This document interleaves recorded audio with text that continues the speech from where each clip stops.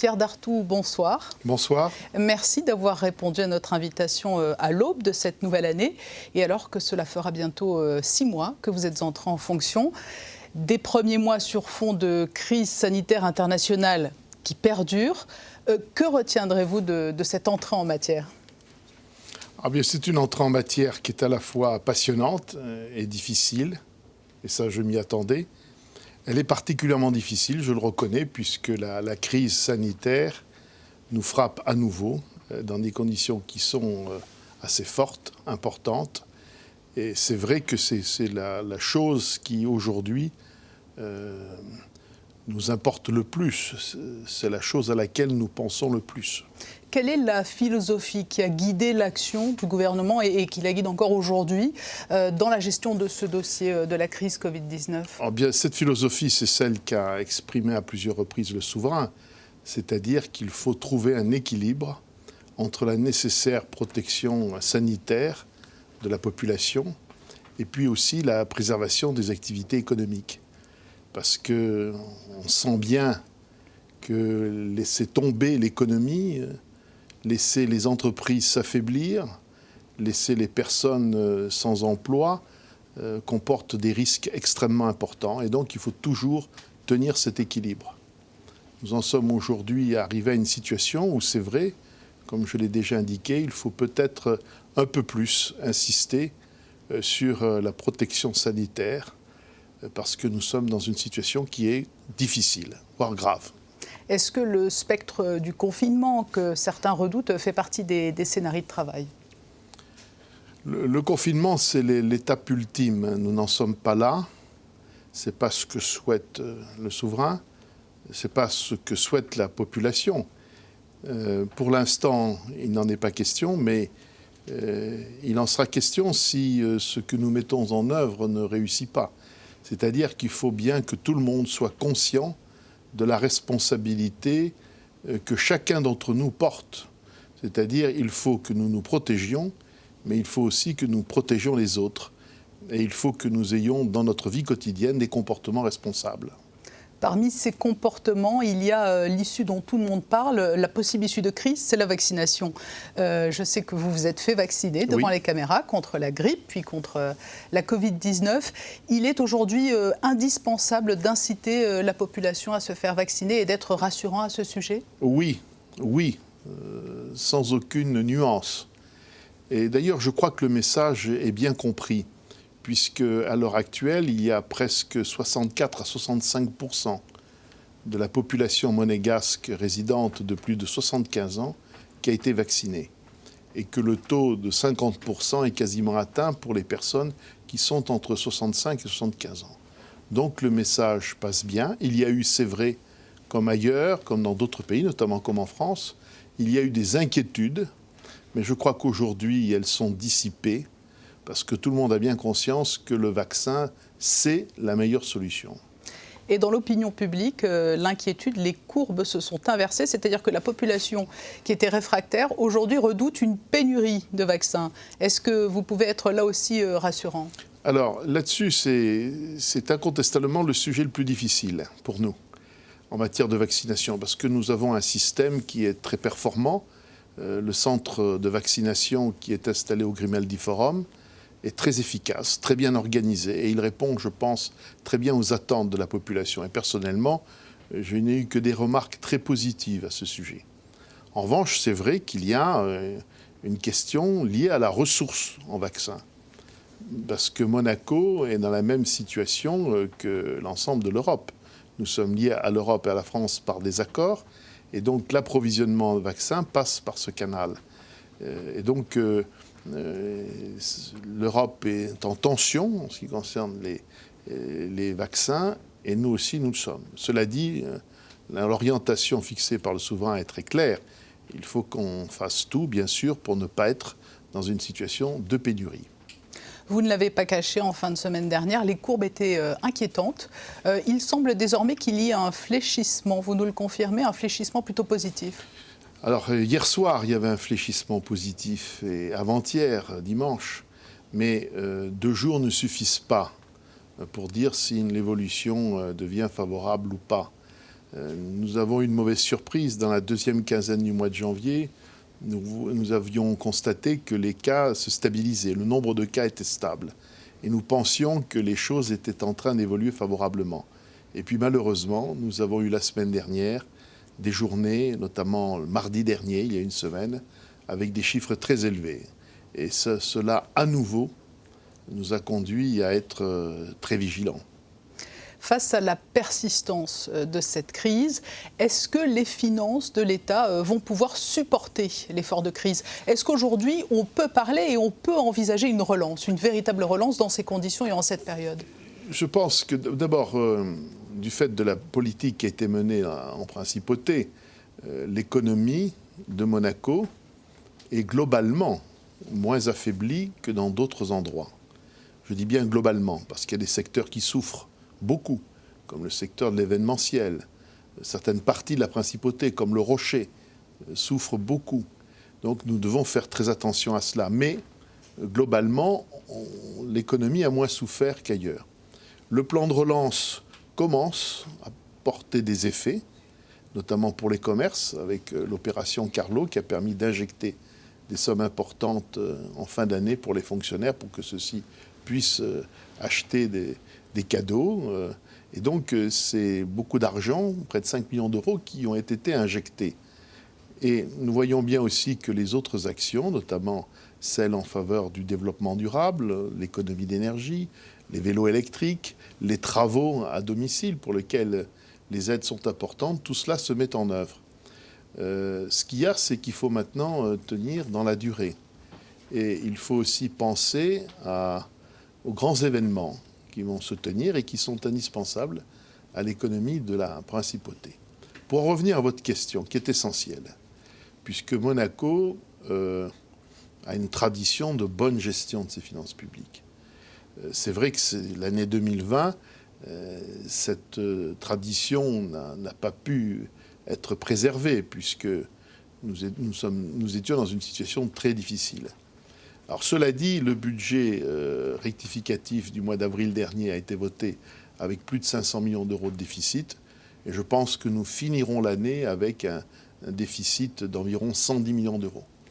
Donc ce qui est beaucoup moins que prévu, grâce aux efforts qui ont été menés en économie, grâce aux bonnes rentrées fiscales. Pour cette année 2021, le budget a été voté également en déficit, un peu plus de 100 millions d'euros. Nous espérons bien sûr faire mieux en fin d'année. Vous avez évoqué les axes de relance. Il y a le numérique notamment, qui a connu un fort développement justement au service de cette crise, avec par exemple le télétravail. C'est un axe aussi de relance au service de l'économie? Alors non seulement c'est un axe de relance, mais c'est plus que cela. C'est un axe de développement structurel de la principauté. On est dans le développement durable, dans tous les sens du terme. Et le fait que la principauté soit assez en avance, il y a la 5G, il y a le fait aussi que beaucoup de salariés disposent aujourd'hui d'outils informatiques leur permettant de travailler à distance. Dans l'administration, il y a un an, c'était 25% qui étaient équipés. Maintenant, aujourd'hui, c'est près de 60%. Donc, des efforts considérables sont faits, à la fois pour travailler dans de bonnes conditions et à la fois pour bien résister à cette pandémie. Alors la gestion de la crise, bien évidemment, conditionne beaucoup de choses. Mais quels sont les autres dossiers prioritaires en ce début d'année sur la table du gouvernement? Oh bien, c'est, de façon générale, c'est ce que je viens de vous dire, c'est les actions structurelles qui doivent porter des effets à moyen long terme pour garantir l'attractivité de la principauté. Il y a un modèle économique qui a été mis à mal, c'est vrai, par la pandémie. On ne peut pas rester dans les situations trop figées. Il faut chaque fois se remettre en cause et s'adapter. Et donc, il y a deux pistes essentielles, bien évidemment.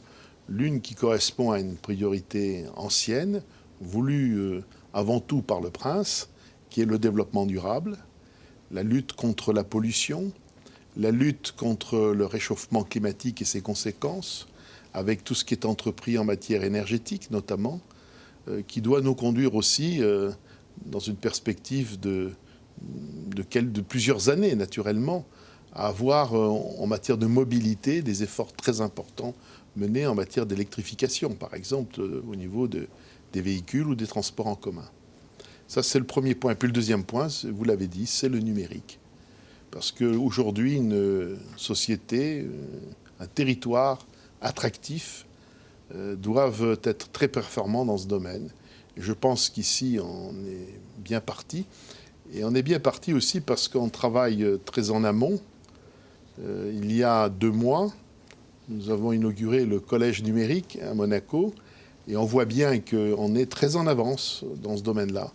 Et faire que les nouvelles générations soient le plus à l'aise possible et dans ce domaine est un facteur de développement et d'attractivité très important pour le moyen terme.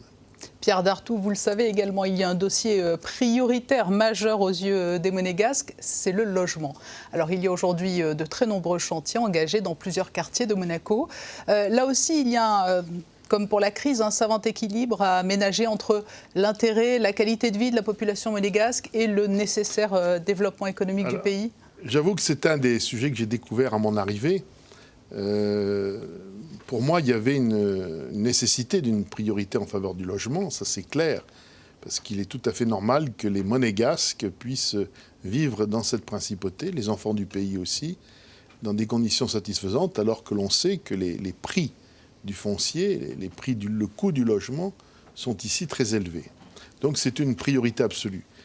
Cette année d'ailleurs, dans notre budget, on va avoir un effort très important qui sera mené, puisqu'on va augmenter les crédits de 68 millions d'euros en la matière, pour la construction de logements. Alors ce que j'ai découvert, c'est effectivement la nécessité d'avoir un équilibre avec la gêne qui peut être occasionnée par les travaux. C'est vrai qu'il est inévitable que des travaux, des constructions de logements conduisent à des gênes, à des perturbations pour la vie quotidienne des Monégasques. Cela dit, je trouve quand même qu'on a fait des progrès. Ça a été reconnu d'ailleurs par le Conseil national. Il faut qu'on fasse preuve d'innovation, d'esprit inventif pour adoucir le plus possible les maux qui peuvent être causés au voisinage quand un chantier sort de terre. À titre plus personnel, Pierre Dartout, qu'avez-vous appris de Monaco en 6 mois? Alors je sais que vous êtes un homme de terrain lors de vos sorties professionnelles, mais également le week-end. Il n'est pas rare de vous croiser au marché de la Condamine ou même parfois même sur le bateau-bus. Qu'avez-vous appris de Monaco? Alors le bateau-bus, c'est un plaisir que je prends chaque week-end, ou le samedi ou le dimanche. J'aime traverser le port pour voir les bateaux. Et ça, c'est un plaisir que je me fais avant de me rendre plutôt du côté de Monte-Carlo pour faire d'autres courses, sans citer de marque, mais enfin en général pour acheter des livres. Alors c'est vrai que je pense que c'est ce que j'ai appris dans mon métier préfectoral. On ne travaille bien dans un territoire que si on y vit bien. Et si on y vit bien, c'est parce qu'il faut s'y adapter. Il faut comprendre les gens qui y vivent. Et c'est ce que j'essaye de faire. Ça a toujours été ma méthode. Et je dois dire que nous prenons, parce que là je parle en mon nom, mais aussi au nom de toute ma famille, mon épouse, mes enfants, nous prenons beaucoup de plaisir à vivre ici.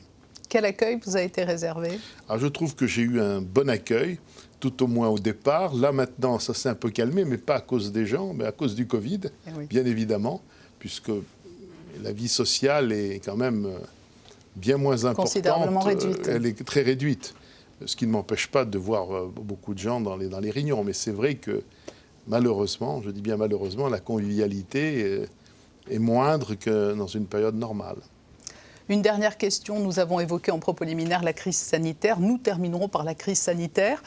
Vous êtes ministre d'État français au service de l'État monégasque. Est-ce une position délicate ou au contraire, est-ce un atout à l'heure où les relations de voisinage se sont quelque peu crispées? Écoutez, je serais tenté, mais ne m'en voulez pas de vous faire la réponse la plus facile. C'est les deux choses à la fois. C'est vrai que c'est une position délicate, je ne vous le cache pas. Vous comprenez l'inquiétude des Monégasques avec la question des 30 km au-delà desquels il faut ce test nécessaire? Je comprends cela. Le gouvernement français aussi a ses exigences, ses objectifs qui sont importants. Je suis très vigilant sur ces sujets. Je pense que, bien évidemment, l'intérêt des deux pays est de coopérer étroitement. L'un ne peut pas vivre sans l'autre. Monaco ne peut pas vivre sans la France. Mais, attention, je ne dis pas que la France entière ne peut pas vivre sans Monaco. Mais Monaco, c'est 45 000 emplois qui sont tenus par des Français non résidents. Je le disais très régulièrement quand j'étais préfet de la région Provence-Alpes-Côte d'Azur, la zone d'emploi de cette région où le taux de chômage est le plus bas, c'est la zone d'emploi de Menton. C'est les chiffres de l'an dernier, mais c'est encore valable, je pense, aujourd'hui. Et cela, c'est parce que Monaco est là. Pierre Dartout, merci de vous être livré à cet exercice d'entretien bilan d'étape après presque 6 mois passés à la tête du gouvernement. Merci. Merci.